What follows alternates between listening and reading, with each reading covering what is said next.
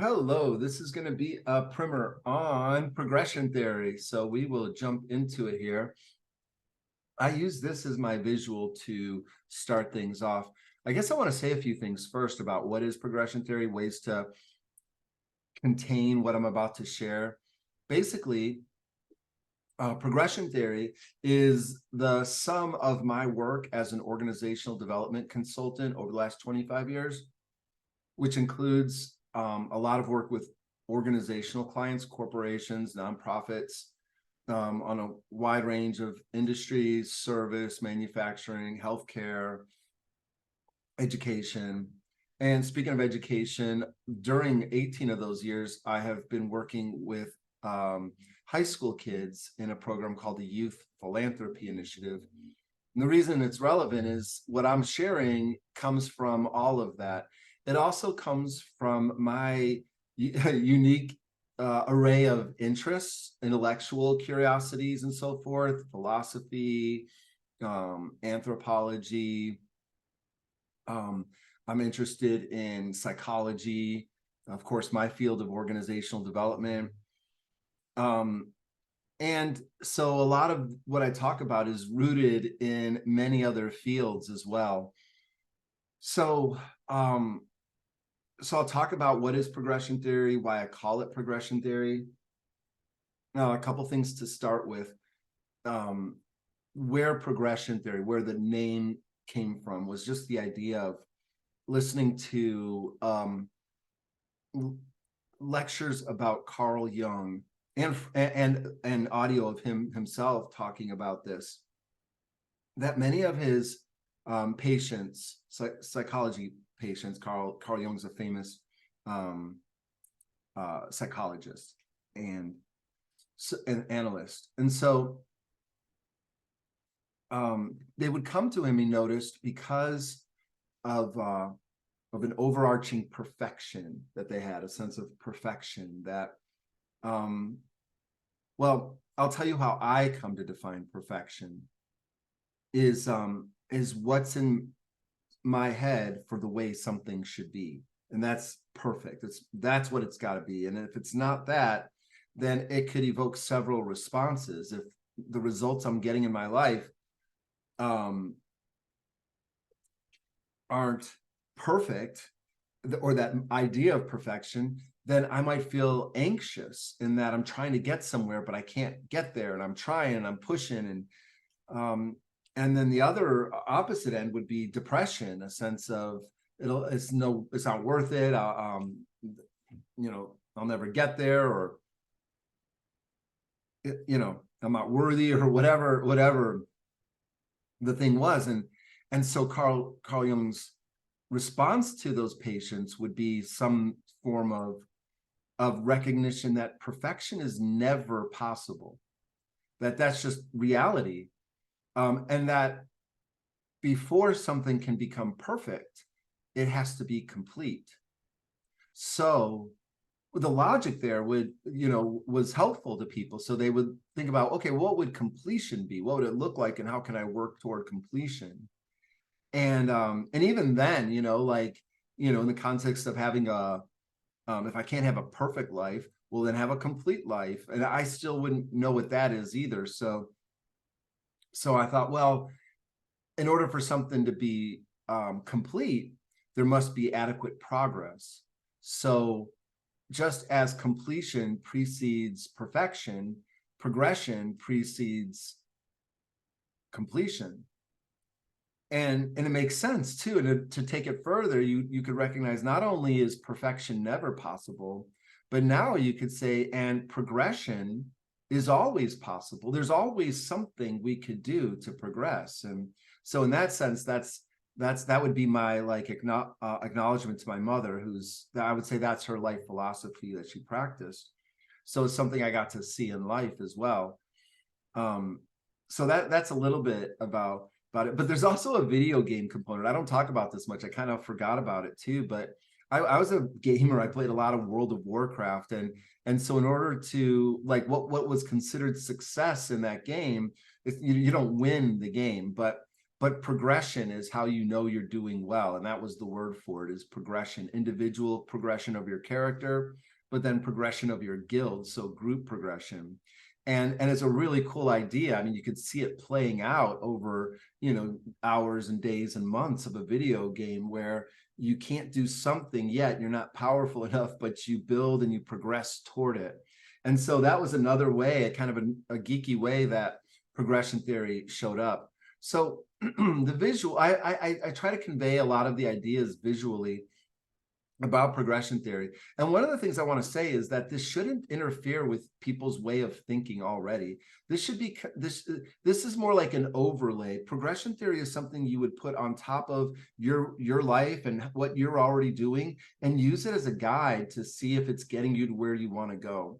And at this point, I should just say what the bias of progression theory is. It's a bias toward thriving. It's really all about that. It's meant to go somewhere. So I want to just say up front, that's what it's about. And obviously that's attractive. But what does it mean? Why thriving? And you'll see here, this I would say is the core of progression theory, these three concepts. So I start with thriving, and then I'll explain alignment and then engagement. And I think the relationship to each other will become clear. But thriving is really important. I use that word for a reason. And so big in what I do is etymology or word history, word origins. I believe the words we use are extremely important. So progression theory is very vocabulary heavy. And I will use words that most people will know, and I'll use them in ways that should be consistent with the way people use the words. But I take extra care to define what I'm saying and define my terms so people know what I mean.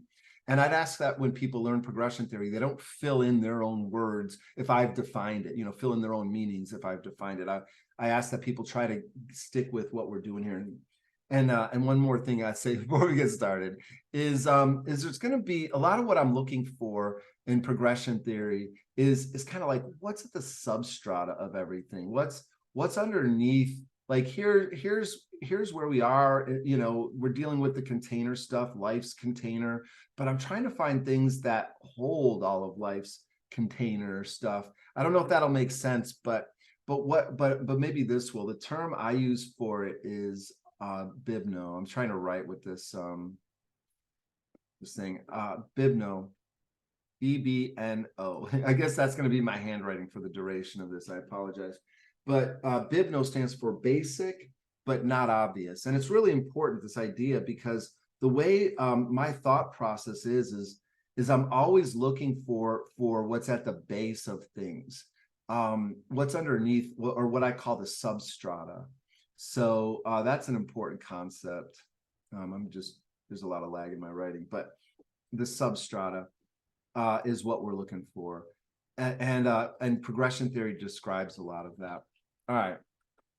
So when we talk about thriving, there's some competing words that I just want to get out of the way. One is happiness. And I'm a big fan of positive psychology. That's something that I studied a lot. And it's called the study of happiness a lot of times. And there's a lot of deeper meanings of what is happy. It's not just smiley and feel good all the time. It's deeper. It gets to levels of contentment and fulfillment. And but it's the term happy that always I had a problem with. And it's really the prefix of hap, you know, which we see in also the phrase happenstance or haphazard. And it conveys luck or randomness. And so as a strategy, that's not really good. I welcome luck, and and the luck means that, hey, the world is giving you what you want. It's corresponding to your internal desires. So the response should be, I feel lucky, I feel happy, this is what I want. And so I'm not rejecting happiness. It's just, I don't embrace it as a strategy. But to me, thriving is different. So the outcome for progression theory is toward thriving. And what they mean by it is it's really about growing, a vigorous sort of growth, or developing well. It's about prospering or even flourishing, the French word for flower, flourish, okay? And but it's the etymology that really helps me put this concept in perspective, this Old Norse language of thrifta, which means to grasp or get a hold of. So in this sense, thriving is about growing or increasing or grasping for oneself.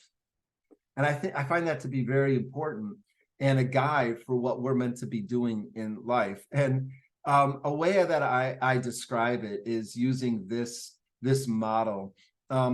If you look at the four kind of key anchor points, B, E, S, and T, I call it the BEST model, not because it's the best model, but just it's an acronym for it. And this helps frame progression theory and give you a little sense of what I'm talking about. Everything in the physical world has a beginning, and every person is born. And everything in the physical world has an ending, a time where it will be destroyed. Now, maybe it'll take a very, very long time, like the pyramids of Egypt or the sun in our solar system. Eventually, though, scientists agree the sun will end, not for a few billion years, hopefully. But it's a recognition. It's just getting to the baseline or the bibno of it all, the basic but not obvious fact that everything in our experience has a beginning and an ending. And in progression theory, we're not going to talk about anything that happens before the beginning. And we're not going to talk about anything that happens after the ending. This is my way of steering clear of a lot of conversations that get into like metaphysics or religion or things like that. I mean for progression theory to be something we use in our day-to-day living. So between beginning and ending, which is where we all are. And then the other two anchor points in progression theory, it says there's really only two main states between beginning and ending, and that is survival and thriving. And there's many layers of survival, many levels of survival. There could be comfortable survival or bare bones survival. But one thing we can all agree on, I would think, is that once we fall below a certain level of survival, that's what we mean by the end of something. So organizations, this applies to relationships, individuals and things and projects and everything like that. So a meeting can have a survival and thriving component to it. I mean, it's weird to say that a meeting is surviving or, but it's sort of a measure. And organizations you can clearly see, and relationships you could see. And one of the nice things is that, you might be looking at this in a recognition that, hey, I haven't even reached my highest point of thriving yet. Thriving to me means health, wellness, as well as these other terms, flourishing, grow. And so this BEST model is an important part for spelling it out. All right, so I'm going to move on from thriving for now, except just to say that, yeah, this is what we're going for. Well, actually, I do have a few more things to say.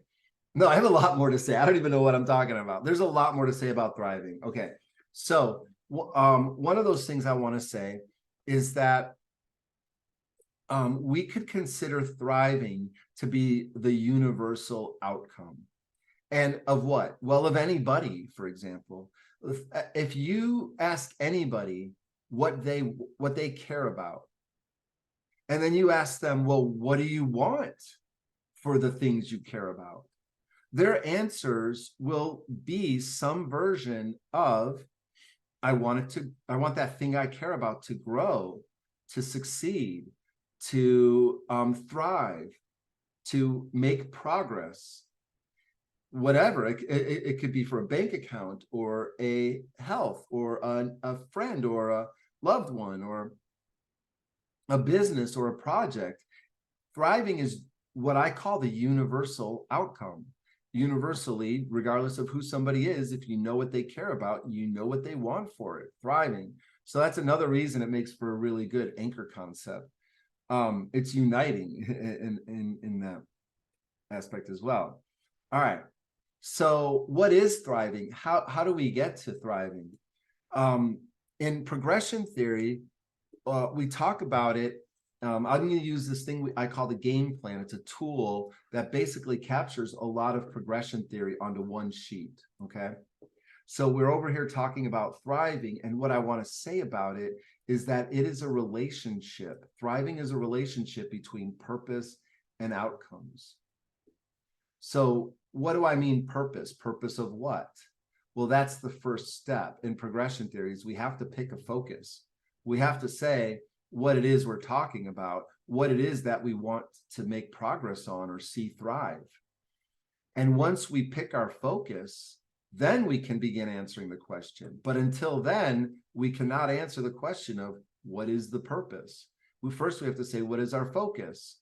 So for me, oftentimes, focus could be something that you want to work on, something in your environment that is telling you it needs attention or could be going better. And my word for that is contrast. Somewhere in your life, you might be experiencing contrast. Hey, this isn't what I want. This isn't going in the direction I want. And that's life giving you feedback. It's kind of a survival, thriving aspect, Bibno, we don't talk about that what appears on our attention and radar screen should be those things that most affect our survival and thriving. But a lot of times we get distracted with things that may not be directly related. And that's one of the benefits of progression theory, is that it encourages that conversation of like, what are the things that I want to focus on? Where do I want to bring my attention? Because that's one of the best ways to thrive, is to first know what it is that you want to see grow or succeed or flourish. So we got to pick a focus. And a lot of times that focus could be what I call contrast, what's not going well. You see behind me, I have this board that also summarizes progression theory beyond just what's on this, but very consistent with what I have in the game plan. All right. So what I want to say is, once you know the purpose of something, let's say pick a focus. Let's say it's a business, and the purpose. So that's my focus, and then I would say, well, why does it matter? That's the second question. Once you identify a focus of something, then you want to answer this question, or you want to state, why does it matter? And there could be several reasons. Usually there are. It's not just one reason. You could probably have several bullet points of why something matters. And focus plus why something matters equals purpose. That's one of the ideas of progression theory. It's something I've discovered along the way, that when I talk about purpose in my work, a lot of times people would get overwhelmed. And what do you mean? What is the purpose? I don't know what the purpose is. It's like there's so much importance placed on it that they don't want to get it wrong. And they haven't thought about it. And so to make it easier, I just say, well, what is our focus? And anybody can answer that. Children can tell you, it's this. And then, okay, great. Now, why does it matter? And I'm not asking in a belligerent way or a negative way. I'm genuinely asking, why does this matter? And the answer could be, it doesn't.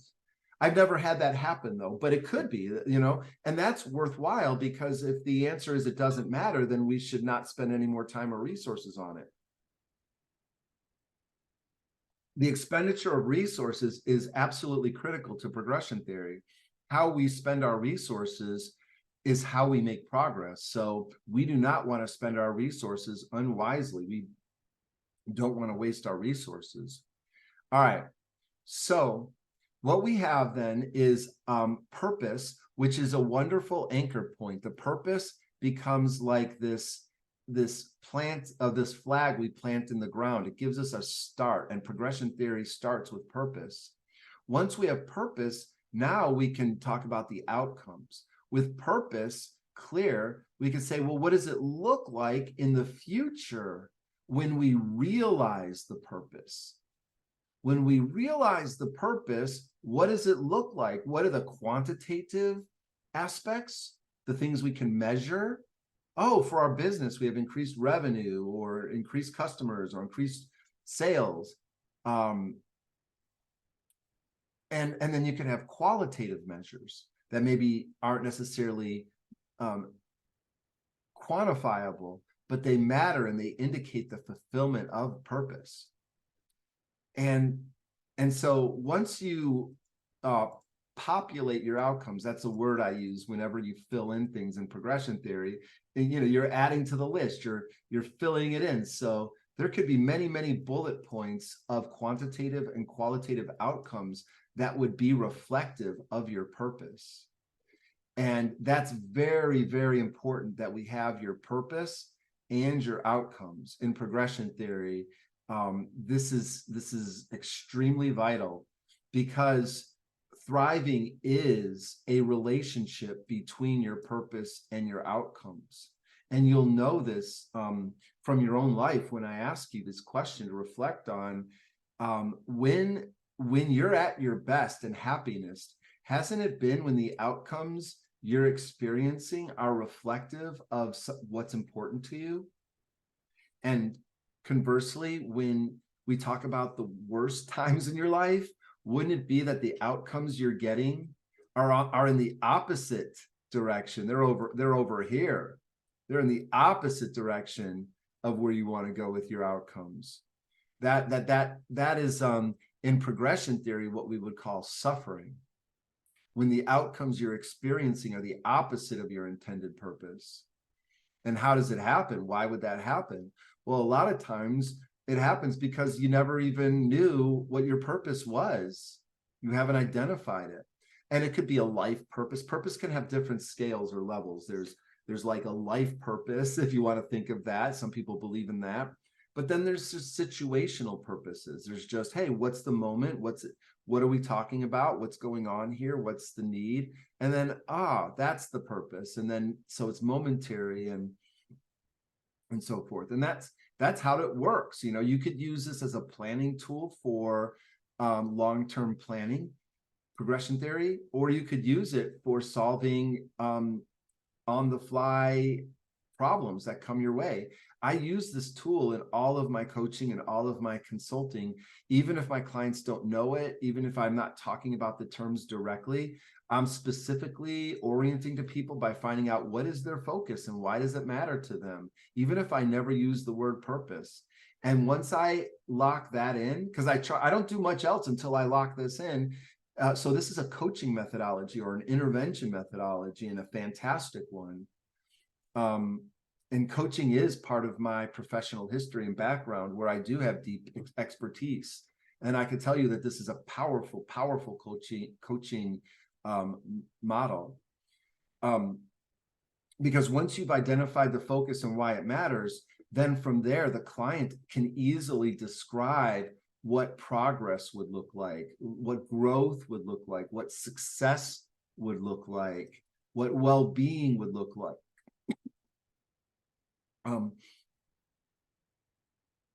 And what meaningful progress would look like.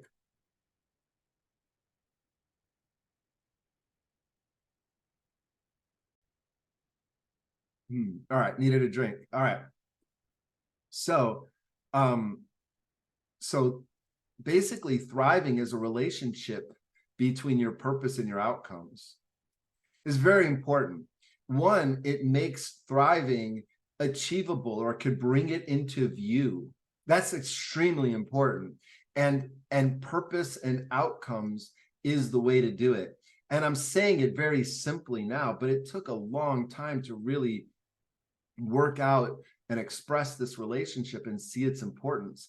And that's what progression theory is really trying to do. It's trying to clear away a lot of the things that are distractions, or basically just that. So it's meant to get to the core. And so that's why it's in this format. I got it down to basically a worksheet. What is our focus? Why does it matter? And the combination of that gives us purpose. From there, we say, what does thriving look like? What does growth look like? What does success look like? What are those indicators? Okay, so, and that becomes our outcomes. Collectively, the outcomes is what I mean by vision. So I know that term gets used in other models, but vision to me is the sum of the intended outcomes that reflect the purpose. And the idea is, if I got there, would I feel like I was thriving? That's what you would want to ask yourself once you populated your outcomes adequately. So we start with purpose, we go to outcomes. Now, what do? That introduces the next concept of progression theory, which is alignment. In order to thrive, what we need to do is bring into alignment a state of harmony, a state of functionality, a state of growth, a state of unity. I think maybe growth was more about thriving, but for alignment, it's unity, it's things fitting together. I have more definitions of it, but of what? Well, of the elements that are necessary for thriving to result. See, once we know what our outcomes are, now we can answer the question, what are the factors that if they were aligned in the right way, they were brought into the right condition, it would automatically lead to thriving. And maybe here is where I'll introduce the example of a garden, because I use that one a lot as a tangible way to look at this and talk about it. You know, my focus is the garden. Okay, coming back up here. My focus is the garden. And why does it matter? It matters to me because, let's say I'm a gardener. It's a source of pleasure. It's meditative. It's relaxing. But for someone else, let's say my spouse values it because it produces vegetables, you know, or other people in my household, right? If there's other people involved, there's different reasons a focus could matter to people, and it's okay to capture multiple reasons. In fact, you should. And then once and this is very important, because if my garden is meant to be relaxation and practicing horticulture for the love of it, not then the outcomes will look very different than if I'm trying to feed my family based on the bounty of the garden, right? So purpose does indicate outcomes, and maybe it's both. Maybe it's I want fruits and vegetables, and I want, you know, the enjoyment of it, and that's part of the definition of thriving. But in order for us to have those outcomes, now that, let's say, we've populated our garden outcomes, well, let's say we got clear on what it looks like for us. Now we could begin to name the factors. We could just imagine what factors would be necessary for those outcomes to be realized. And you can populate the factors pretty nicely too. Basically, you know, you're going to need some water. You know, you're going to need some sun. You know, you're going to need good soil conditions.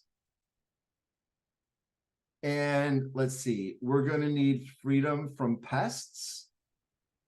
And let's see, we're going to need the right weather conditions. All right.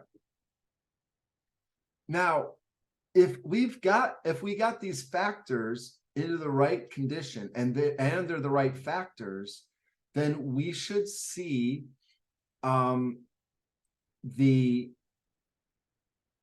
outcomes produced. So what I would do in a planning sort of setting, and there's a lot of levels to it, but quite simply speaking, I can almost give a scale to each one of these factors. And, you know, 0 to 10, you know, where 5 might be in the center. 1, 2, 3, 4, 5, 6, 7, 8, 9, 10.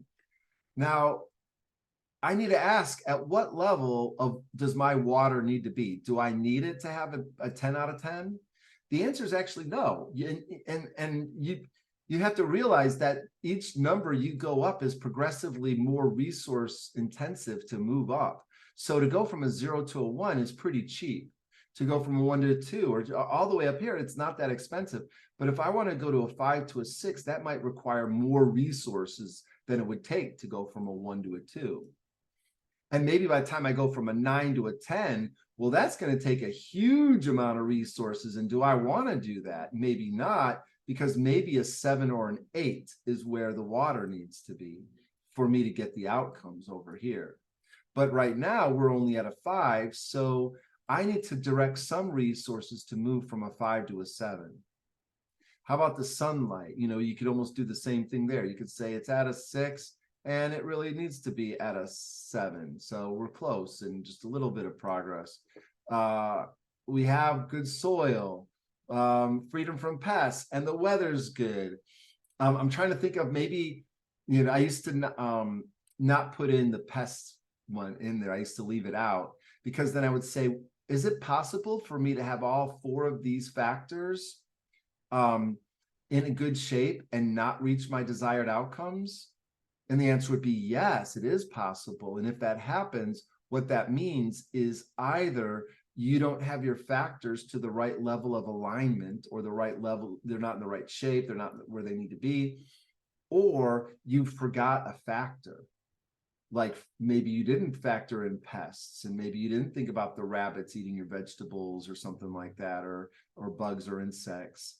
And so you got great weather and soil and sunlight and water, but you didn't get the vegetation you wanted because of the pests, or maybe you wasn't relaxing because you were frustrated because animals were eating all your plants.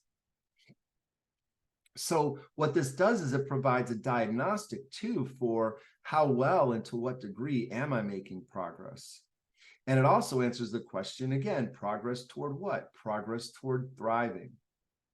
So alignment is very important. I want to spend some time on it. And one of the key concepts, and here we define alignment, the state in which all related elements or factors function optimally individually and collectively, and the degree to which they move the outcomes toward thriving. That would be alignment. Contrast would be the opposite. It's the state in which one or more of the related elements or factors function suboptimally, and the outcomes move away from thriving, move in the opposite direction. So the alignment meter here is a really powerful tool. It's basic, but again, it's an overlay of everything you experience. You could place on this alignment meter everything in, if you're an individual, then all the objects in your world, if this is your world in your environment, no matter what the objects were, they're going to fit somewhere on your alignment meter. They're going to either be very aligned with you, or they're going to contrast with you. And that's going to spell out a lot of it's basically everything. I mean, there's a lot of ramifications for what happens, because your degree of contrast or alignment affect your emotions. If you want to know where your emotions come from, it's because whatever you experienced right before that either aligned with you and gave you positive emotions, or it contrasted with you and gave you negative emotions. And then most things we experience are usually somewhere in the neutral zone. So the emotions aren't that intense. But our level of emotions lead to our level of engagement, which leads to our velocity, which leads to our rapport with others, meaning how we feel about things is how we direct our resources to things, and that determines the kind of work product we produce. And that's going to determine, it might seem like a weird way to go with this, but it's going to determine how relationships and the quality of our relationships, work-wise and household-wise, which feeds back into our emotional states. So this alignment meter has a huge bearing on our day-to-day well-being and how we're feeling about things. And so I want to explain the zones a little bit, because it's really important. Basically, this is a description of individual and environment, or what I call individual environment fit, IEF. IEF is another way of what people might call happiness, but you know how I feel about happiness.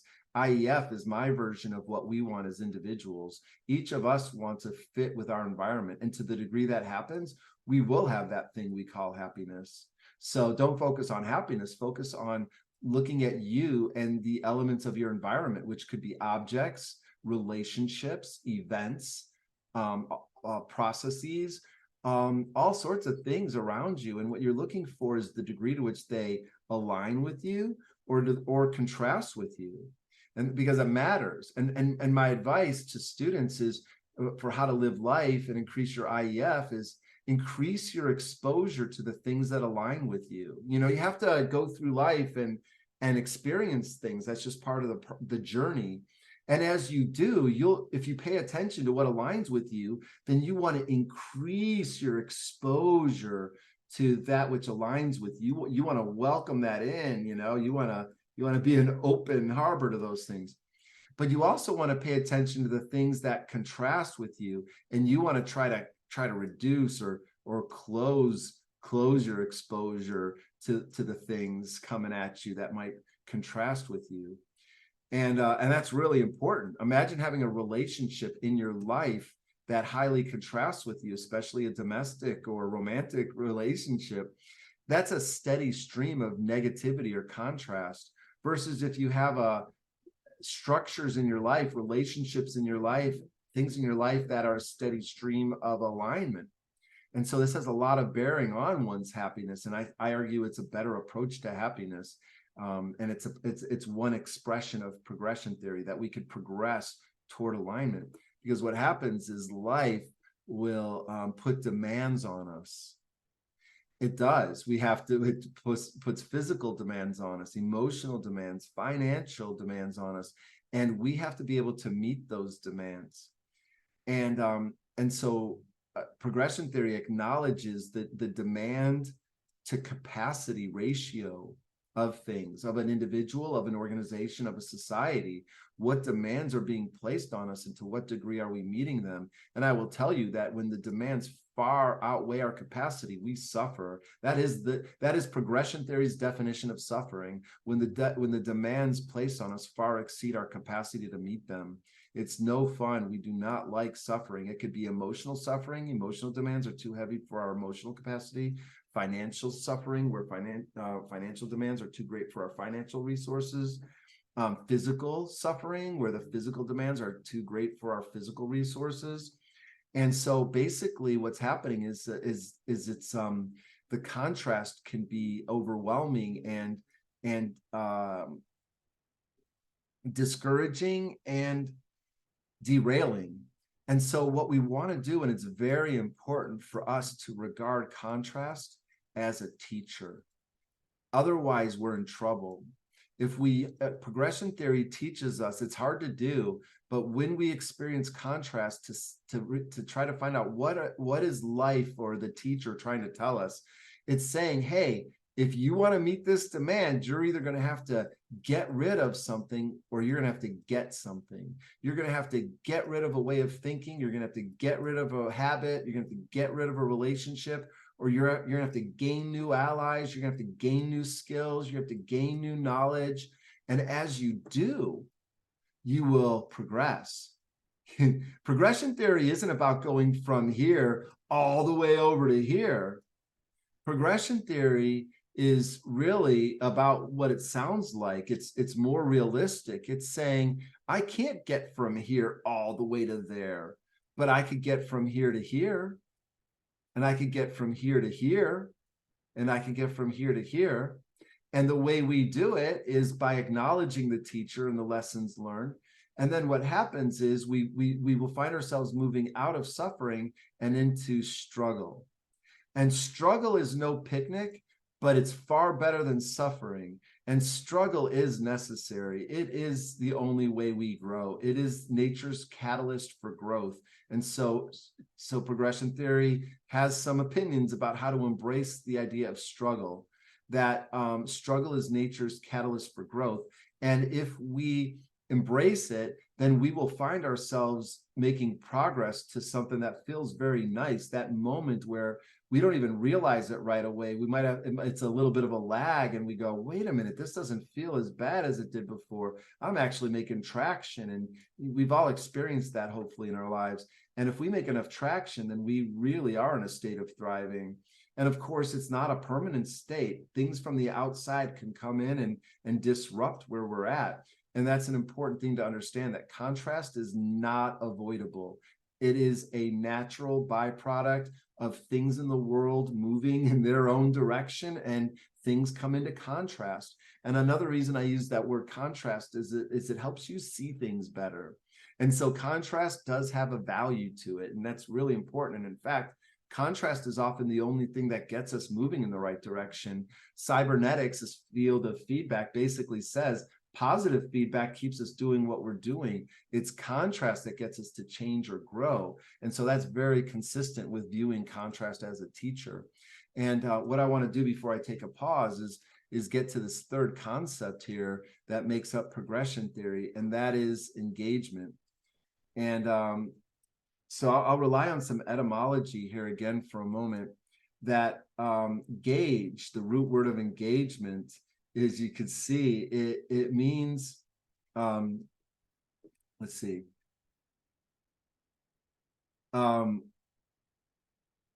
To wage, but what I'm looking, there's somewhere in here, I don't know if it's here, a pledge, but, and that's really it, it's a pledge. And you kind of see it as in wedding, you say, it's an engagement, I'm pledging. Well, what am I pledging? What is the pledge?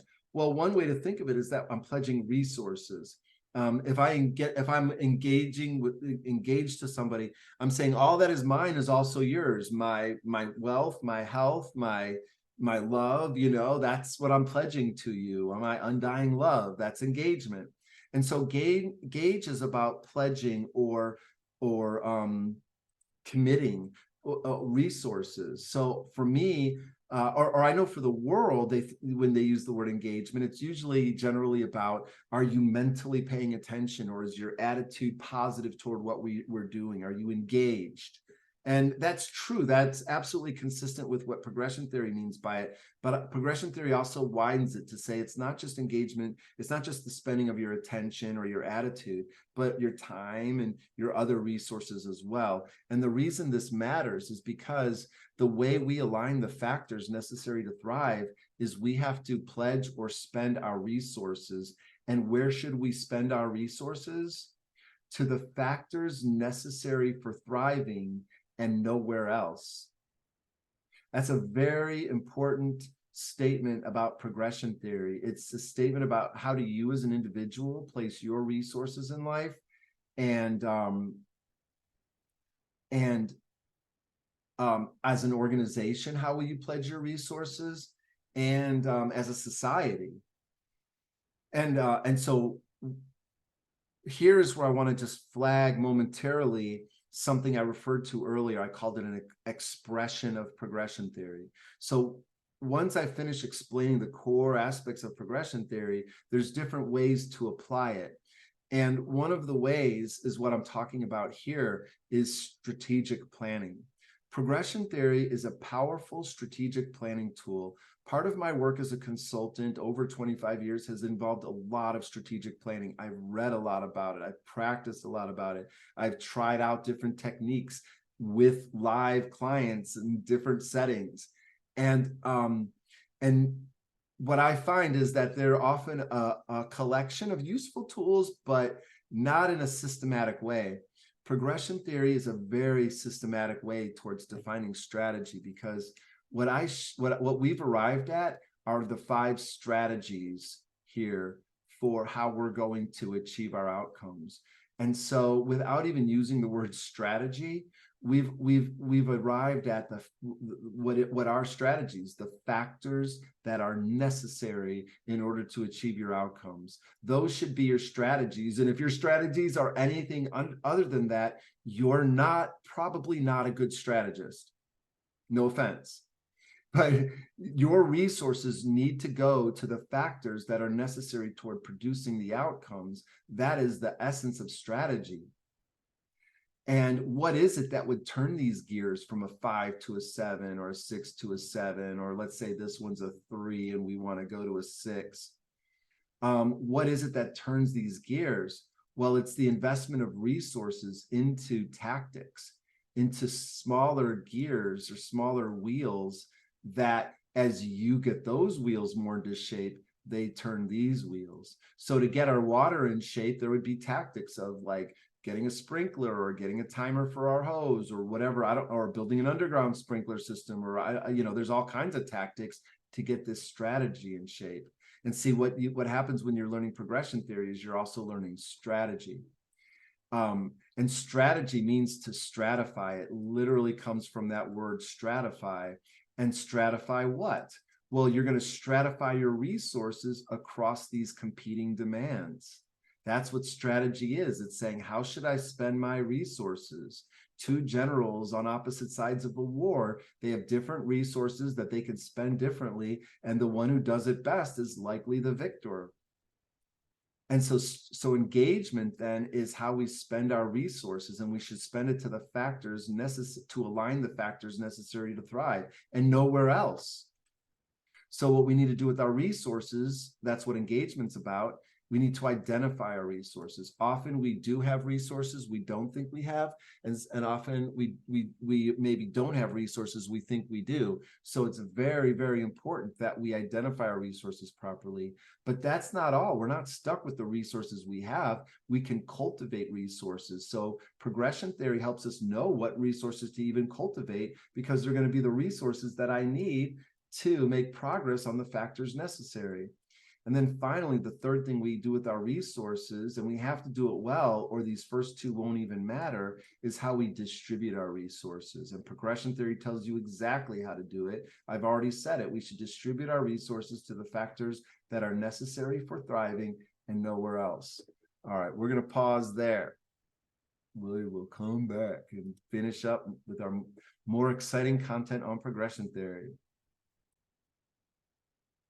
And we're back. All right. So I had a Zoom call. So continuing on, I wanted to pick up where we left off. So I was finishing up sharing how, basically an introduction to the three key concepts of progression theory. I start by explaining thriving because that is the intended outcome of progression theory, is that every person has an idea of what thriving looks like for them, and how can we help them clarify what that is and attain it. And so some of the key concepts from that is just recognizing that thriving is about seizing for oneself. It's about having a really strong fit between an individual and their environment, and that thriving is a relationship between purpose and outcomes. Also, that thriving is always changing. So even if you reach a state of thriving, it may not last. There's nothing you could do to keep other elements or factors from coming in. So progression theory recognizes that progression is a constant goal to pursue until the end, until we reach the ending. And yeah, so I would say that is progression theory in a nutshell, and not in a nutshell, in a big, really big nutshell. But there's a whole lot of ways to use it. I'll show you this here is one example. For meetings, I mean, we all have experiences of being in meetings, and some are good, but most of them are not. And so we develop, instead of meetings, something I would call a progression session. And the idea is that every meeting you would want to, start with connecting. So, this might be, very depending on people's style. I think mindful moments, I do that in meetings, or quick little team building things. But really, every meeting should have a purpose. What is the focus of this meeting? Or what are the focuses of the meeting, and why do they matter? And if you can't answer that, don't have a meeting. But if you can't answer it, then you can really describe what a successful meeting would look like.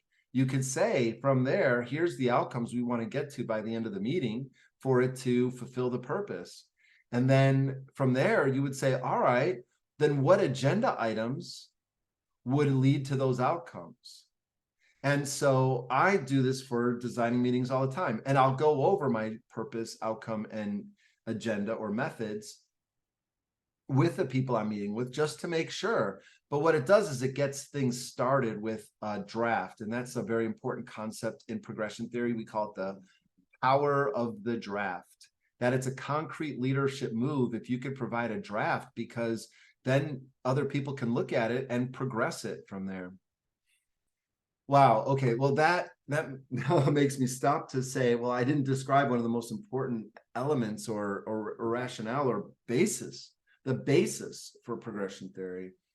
And that is what I consider to be, and ChatGPT considers to be, one of the most powerful, if not the most powerful force in the universe, which is continuation.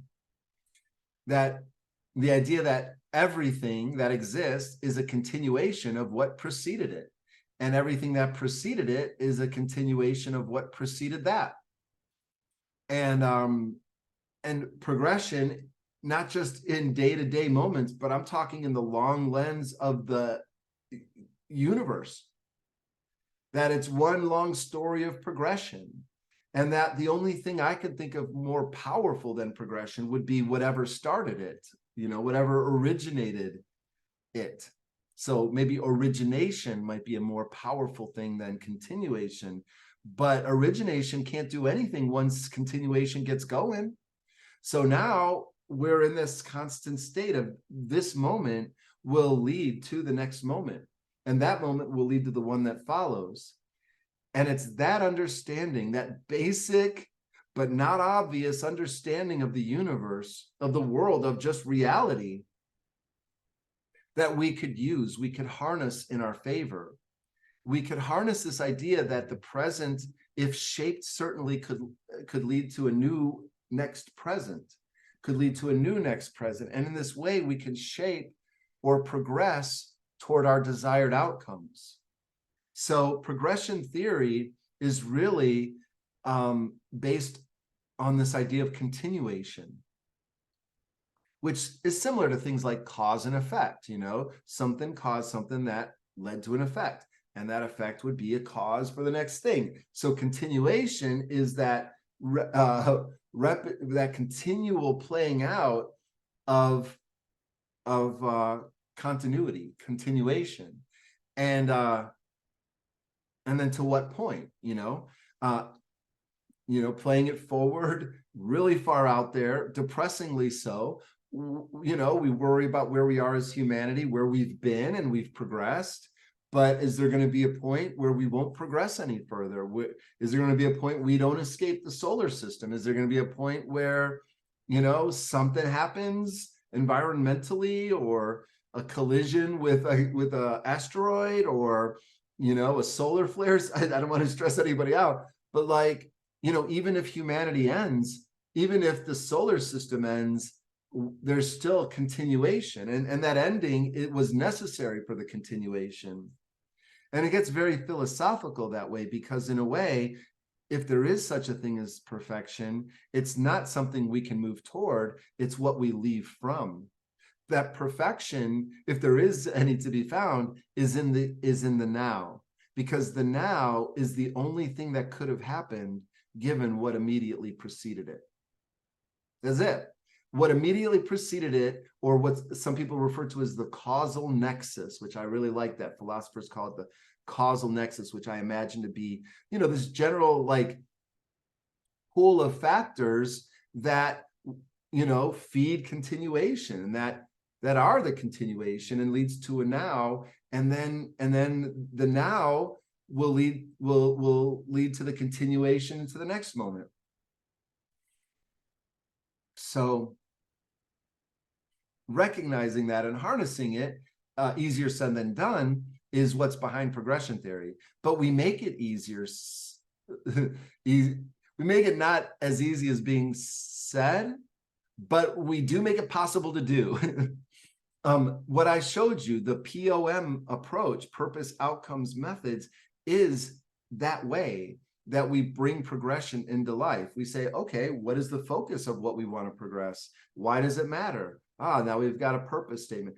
And by the way, with purpose, I want to say something very clear too, a discovery of mine, is we do not create purpose. And I don't ever hear people say that necessarily, oh, you create purpose. But I think it's sort of in there and implied. And instead, I find it helpful for people to understand that what we do is we discern purpose. It's there. We just have to, uncover it and, wipe the dust off. And that's what that gesture was. And it reveals itself to us just by saying, well, what is the focus and why does it matter? It tells us what the purpose is. And then from there, we say, well, what outcomes would reflect that purpose? And then what are the factors necessary to meeting those outcomes? All right, so just real quick, I want to finish showing you just that little example. Another expression of progression theory was meetings and a progression session. So we designed our agenda, which would be our factors necessary to produce our outcomes, if that makes sense. Okay, so then we have our meeting, which, this yellow area, I could go into it more, but it's basically the idea that in a meeting, we're all in different places already regarding the topic. Like, I know this much about a topic, you know different things about it. You may want different goals for it. I may want different goals. So we're divergent already. And so we want to really capture and clarify that so that we can then, by the end of the meeting, move toward convergence. So, and what do we want to converge on? Well, we want to converge on, well, is this our focus and is this why it matters? Is this the outcomes we're all going for? And do we agree that these are the agenda items that will produce the outcomes we're going for?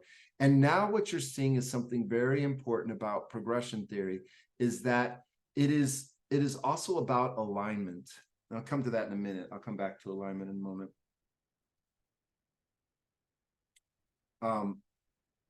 So we have our meeting, and now we do a plus delta, meaning a little discussion. Pluses, that which contributed to progress. See progress staying at the forefront of why we're meeting. How could you leave a meeting and say it was a bad meeting if the whole meeting was designed around progression, right? But maybe some things happened, like, hey, what happened in the meeting that hindered progress, so we can learn from that. Then we conclude with clarity. Who's going to do what by when? There's one more step I started to add recently, and it's like, what should we plan for our next meeting? Because if you can get a start on your agenda for the next meeting with everybody present, that's really advantageous, because then you can see that progression theory, the progression sessions are a very solid way, tangible way to make progress overall. You could see a group kind of over a series of these meetings making really nice progress on a project or an initiative, for example. So this is a meeting model tool. But I think where I want to go next with this conversation is to really talk about this model, purpose, outcomes, methods, because it is the backbone. And it's not just the three elements of the progression theory or of a game plan. These are the three aspects of anything a human can do. Anything a human can do has a purpose, a why, or why it matters. It has outcomes, and it has methods for how it will go about it. The problem is that most people, they start with methods, and society really doesn't prepare people or develop for people the methods or the ability or capacity to focus on purpose and outcomes. We just don't do it. It's an afterthought, if at all. And in progression theory, it's the very basis for it. It's really silly to think about methods coming first. Why would you do that? If you really understood what methods are how we spend our resources. And if we misspend our resources, we're in trouble. And a lot of organizations and families and individuals and societies have collapsed because they didn't know how to spend their resources. And that's what methods are. Methods are the expenditure of resources. Why would you spend resources unless you knew what outcomes you were trying to produce first? Right? Methods are about producing outcomes. So here right away, we can tell the difference between a good method and a bad method. A good method is one where you produce the maximum amount of outcome for the minimum use of your resources. That's a very good method. A bad method is the opposite. A bad method is where you've spent a maximum amount of your resources, but you got a minimum amount of the outcome you were wanting. And how do you know if you have a good method or a bad method if you don't even know what your outcomes are? And then how do you know what your outcomes should be if you don't even know what your purpose is, if you don't know your focus and why it matters? So POM is vital. It's vital. It's basically the recognition that, hey, we're always here in the present moment, and there's outcomes we're wanting to achieve, and to the degree if we meet those outcomes and they're the right outcomes, then we're going to thrive. So we have a limited amount of resources that come through our hands as humans, and if we spend them in the right way, on the right things, we could get there. So how do we know what to spend our resources on? Well, that's where the game planning model was showing us. I guess this was an example I used somewhere. Alignment of a coding department. At a hospital. I was talking with the manager of the department, And I said, what's your focus and why does it matter? Well, my focus is I need to align it and bring alignment there. Oh, well, why does it matter? Well, these were the reasons. And okay, great. Now that we have that, what do the outcomes look like? What outcomes do you want to produce? And it became very clear. I mean, it was very clarifying. And then I just asked the next question. Okay, if these are the factors, if these are the outcomes you want to produce, then what are the factors that are going to be necessary for you to get there? And they said, well, we need to be aligned on the proper staffing levels, and then we need education and training. And I know these might not mean anything to you watching this, but you could start to see that your own situations you can apply this to. I got a homework assignment. That's my focus. Why does it matter? I need to get a good grade. What are the outcomes I'm looking for? Well, I want to learn something. I want the teacher to like it. I want an A. I want to set the curve or whatever. Oh, okay. Well, what are the factors that are going to be necessary for doing it? Boom, boom, boom. Hey, my focus is I want to have a party, and here's why it matters. And here's what thriving or the desired outcomes would be. And here are the factors that are necessary. I should spend my resources on those factors, getting them into shape, because as I do, it'll produce the outcomes I want, called thriving. So as you can see, there's many layers to progression theory. And one thing I want to maybe get into a little bit now is maybe some of the contexts to look at, because basically I think we can look at what I showed you, everything I showed you up until this point at 3 levels. I've alluded to it before, but this is about individual thriving. So so if I take this here and put it next to self, leadership, and philanthropy, we can really see something I think is kind of cool. See, for self, actually what I call it is self-realization, or I'm even calling it now self-establishment. And the way we do that is by engaging oneself and resources to align the factors for me to thrive. That's what self-realization would be. Leadership would be very similar, except I might change one word. Leadership is the activity of engaging oneself and others and resources to align the factors for us to thrive. Meaning our community, my company, my neighborhood, my club. That's leadership. And philanthropy would then be engaging oneself and others and resources to align the factors necessary for others to thrive. Not me, not us, but others to thrive. That would be philanthropy. And so another layer of progression theory is that it could be applied at all levels, but really it's an understanding of leadership. And progression theory provides insights to many things: leadership, communication, teams, organizational structure, organizational culture, strategy, many things. So so here progression theory helps with the development of self, which is about having individuals thrive, and organizations and institutions, which are the building blocks of society to thrive, and then philanthropy for others to thrive. And I don't believe that someone can be an effective philanthropist if they aren't an effective leader. And they can't be an effective leader if they aren't a developed individual, a realized individual. And I have a lot to say about that topic there, because progression theory, maybe this gets a little at the outskirts of progression theory more, but it is this idea of individuals becoming better versions of themselves. And now I lost my train of thought on that one, but I'll come back to that if at all. But what I want to do is jump to leadership as another expression of progression theory. And so it forces us to think more deeply about things. And one of the things I've noticed is that when we talk about leadership, we're really merging two ideas. We really mean authority and leadership. Like when we talk about leaders, we're really saying who's the authority. And that's very important to distinguish, because leadership is not authority. I could see the relationship between them, but the fact that we have them so fused together is really important and a problem, because how do you get good at something if you're confused about what it is? How could you get good at leadership, which I defined just a second ago as an activity of engaging oneself and other resources to align the factors for us to thrive?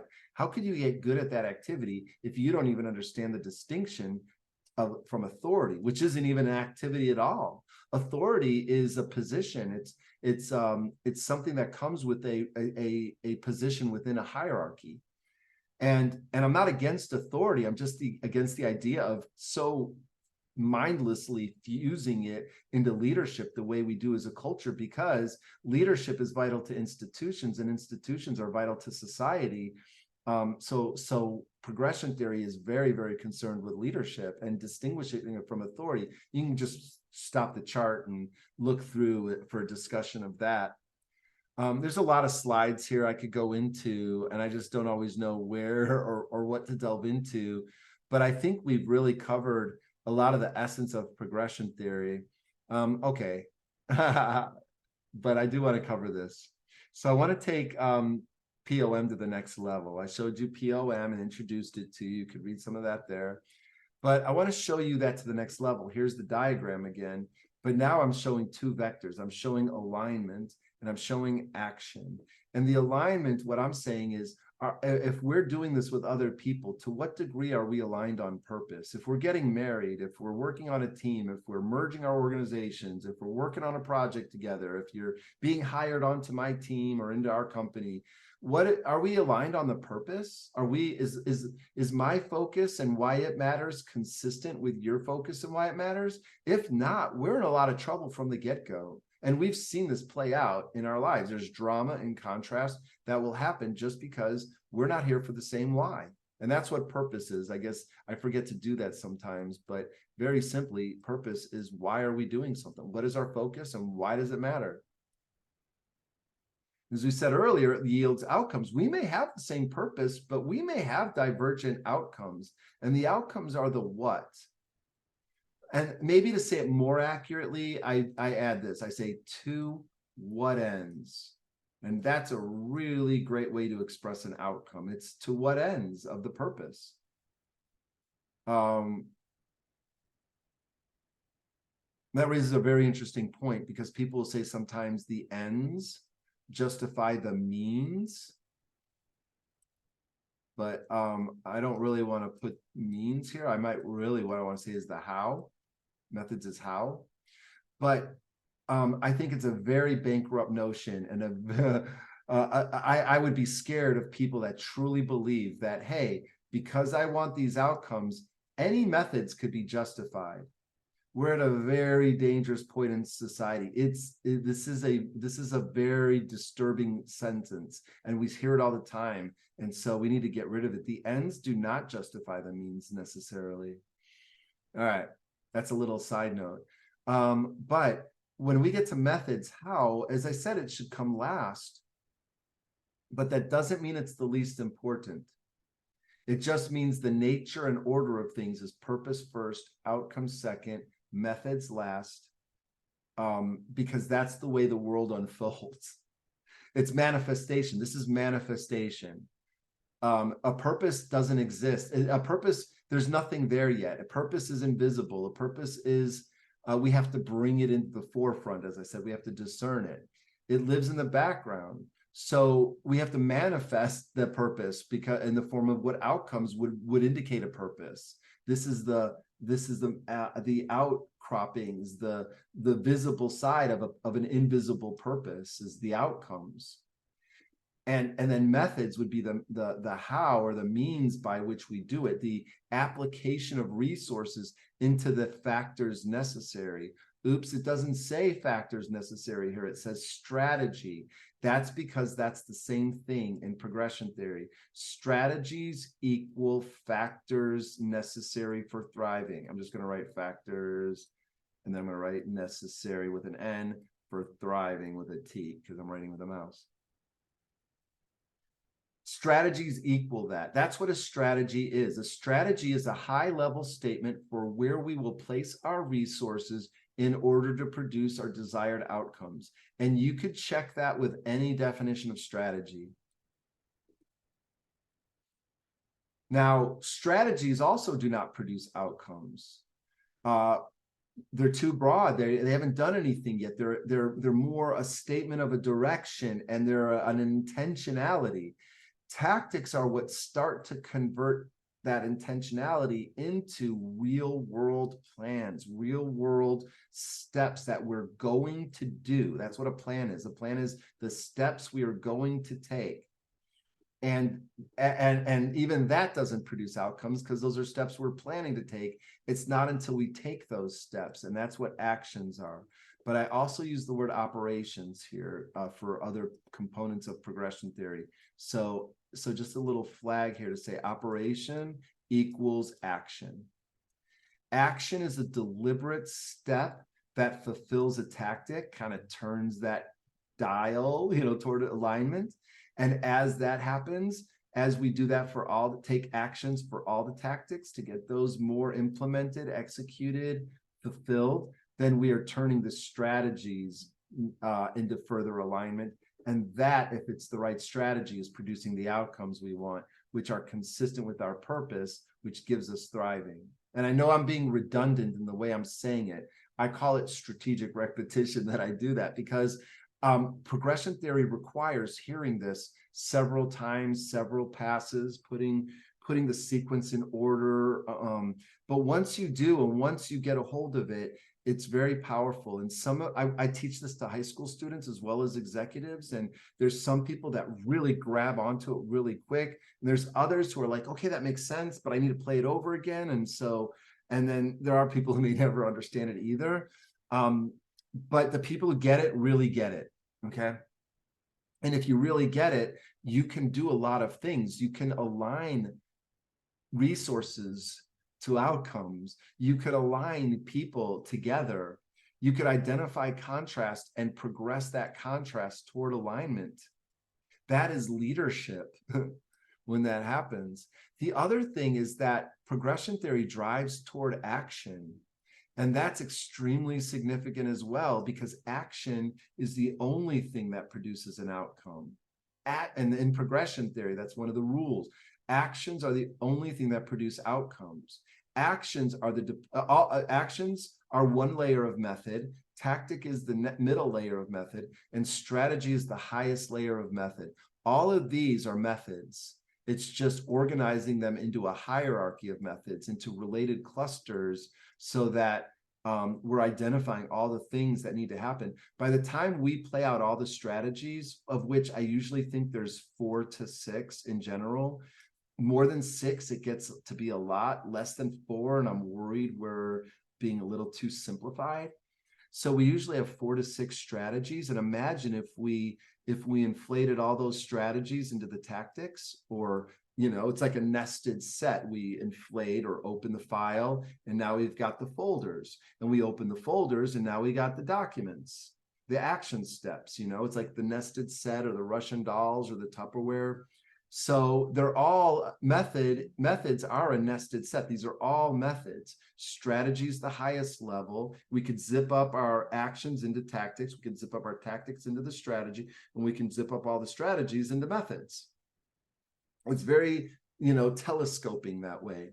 But what it allows us to do is get to the very individualized step of how we should spend our resources in order to produce our outcomes. And I want to take this moment to talk about something that is an imposter to an action. It's called emotion. Motions look a lot like actions. And it's very important to understand the difference, because they both spend your resources. The difference is that an action is ultimately tied through this hierarchy to the purpose. So actions are purposeful, whereas motions are not. And organizations and individuals are full of motions, habits we've developed that we no longer need.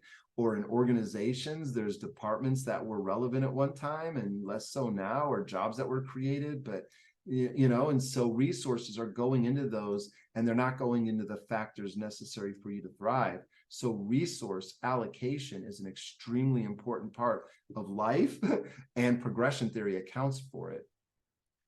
Where should we be putting our resources? So that builds it out into a hierarchy, but I want to show you a different view of it, and something a little bit that leads into another expression of progression theory. I call it ST. Well, let's see. How do I want to do this? Basically, what I want to say is that all organizations are made up of these three roles: the strategic layer, the tactical layer, and the operational layer. And at a huge organization, there might be several layers in the strategic, layer. And then you get to the tactical, but in smaller organizations, there might just be or just a one-person shop. You might have to play all three roles. Or in a family, you have to have the strategic longer-term view for your family, where you manage resources. You don't have to get into the language here. This is for a class I'm teaching. But the strategic thoughts have concerns. And then there's the tactical layer of how things happen. And so that requires different time frame and thoughts. And then there's the operational cluster that needs to happen. And so what we need to, if you remember, strategies, tactics, and operations, or I call them actions on the other slide, are all what? They're all methods. All of these together collapse in to be methods. So we don't ignore methods just because we think it comes last. In fact, we put a lot of extra effort into methods because we got to get it right. And so in an organization, what happens is you have these layers. I mean, I know organizations aren't usually drawn out this way. They're drawn in hierarchies, but progression theory looks at organizations this way. There's a strategic layer. This is your senior VPs, or your parents in a household, or your principal at a school. And then there's the tactical layer. And then there's the operational layer, the day-to-day frontline thing. So what I want to do is I want to put this in the context of POM. I want to tell you that at the very center is purpose of an organization. It is, what is the focus of this organization and why does it matter? And then we have out here, we have outcomes we want to produce. We have results that would show that our purpose is being fulfilled. We have customer outcomes. We have financial outcomes. We have quality outcomes. We have safety outcomes. All these outcomes, reputation outcomes, and all of that out here in the market, in the environment. And here, the individual or the organization has its, or the society has its purpose, and then it has its strategies, maybe 4 to 6 strategies for how it's going to deploy its resources to get to these outcomes. But before it does that, it's got to convert each strategy into tactics. And each of those tactics need to be converted into action steps that will ultimately produce the outcomes here. So that's another visual way to show it. So what I do is I maybe take a slice of it. We got our outcomes out here. And we got our purpose here at the center, and our layers of methods. Remember, S, broad level, T broken down into 4, and then O broken down into, this is seconds, minutes, hours. There's a hierarchy element. And what's happening is it's outwardly manifesting the purpose into outcomes, but then also the environment. Pardon, I gotta get a drink here. So what we have then is the environment then giving feedback back to us relevant to how well we're fulfilling our purpose. So what I want to say is I developed this, or I learned STO from somebody who I'll reference and all that at another time, talk about it more, early in my career. And this is one example of a piece that led to progression theory that I didn't know at the time. Like when I learned this model, it was a very useful way to understand organizational structure, because because when I originally learned this tool, it was, I lost the diagram. Figures. It was in that 3 vertical circle format. Yeah, this one here. It's obscured by all the red. I first learned it as this is the organizational structure. These are the roles within an organization. I learned this when I was on a consulting project with a large automotive company. And I was a consultant for them, or junior consultant, and the senior consultant developed this tool here. And I haven't been able to find him or any reference to him again, or even this model. And when I was early in my career when I learned this, so I thought everybody in organizations, or a lot of people in organizations, know this. But after doing this for 25 years, I learned nobody knows this. They know organizational structures, but they never really thought about it as cleanly in these 3 roles. And they certainly, and even the person I learned this from didn't call these methods and put it into POM, but truly, like, these are the strategic tactic operations are the 3 levels of methods. And it really does, it's very consistent with the initial way we were looking at it at POM here, with this model. I know it's all really messy, but I think, you're flowing with the ideas, and you can always stop and rewind and, clean things up a little bit to your liking. But this is what we're talking about here. POM is really at the heart. It's the engine, I think, that drives progression theory, because it's about actions, activities, and it's also about alignment of multiple players and people. There's other expressions of progression theory. I'm going to leave it there for now. This is meant to be a primer and not meant to scare you away. But that's a lot. I mean, I think we've definitely covered the bulk of progression theory in here. I've shared this stuff so many times in just different pieces of it. And what I'm trying to do is bring it into one full story, so I don't have to keep telling it over and over, because I want to have it in a way that I could give it to somebody as a way to front load them with all this stuff, so I don't have to keep recreating it. There's more pieces to it that I want to show, and so I don't want you to think we're done. And I guess I want to preview some of them. We'll see how much I can contain myself. I want to talk about this. This is very important. It's about what people are. We are collections of patterns of thoughts, feelings, and behaviors, what I call TFBs. And this is really important because in progression theory, we talk about social construction. We as individuals are social constructions, and we need to understand that, so that it's part of that self-realization, self-development piece, because we can't be effective leaders if we're prisoners of our thoughts, feelings, and behaviors. And everybody's prisoners of their patterns of thoughts, feelings, and behaviors. In fact, this definition of personality is your stable patterns of thoughts, feelings, and behaviors over time.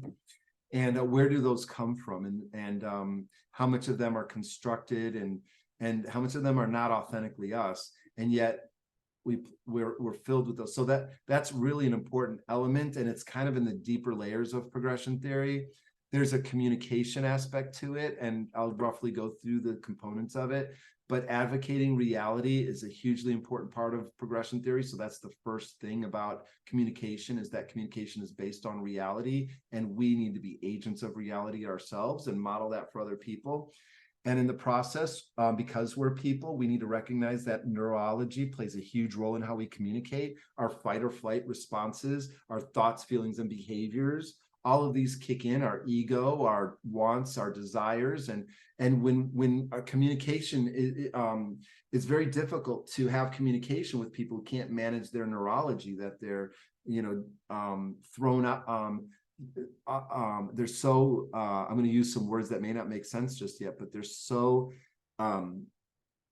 locked into their subjectivity that they can't see it. They don't even know that they are locked into their subjectivity. They don't even question their own position or wants, or the extensions of their subjectivity, which extensions of that is, what are my goals? What are my wants? What are my aims? Well, I need to be able to keep those in check. Otherwise, I'm just going to be reactive to any kind of communication. So as a communicator, I need to advocate reality, and I need to insist and encourage that other people do the same. I need to manage my own neurology, and I need to help people manage theirs. And then I need to assess how aligned are we? And doing these first two steps helps us get to this next step. So this is a progression of a conversation. By the way, advocate reality, some language I like to put to things. Here's what happened. Here's where we are. Here's why it matters. Purpose. Here's the reality we need to address. That's the reality. Now managing neurology. Now, how aligned are we together? Are you with me on this? Are you against me? Are we far apart? Are we close? And we need to assess that, because I can't take any actions until I know that. If we're very close together, then I can take certain actions that would allow us to make progress together. But if we're far apart, then I need to take actions that help make progress of us coming into more alignment. And then that leads to a new reality for us to then evaluate. So this is a communication approach that's built off of it. So we're talking about progression theory and then some expressions of it, how to use it in meetings, how to use it in communication, how to use it for strategic planning, lots of stuff, how to use it in coaching. All right, I'll leave it there. Let's see what we can do next from here.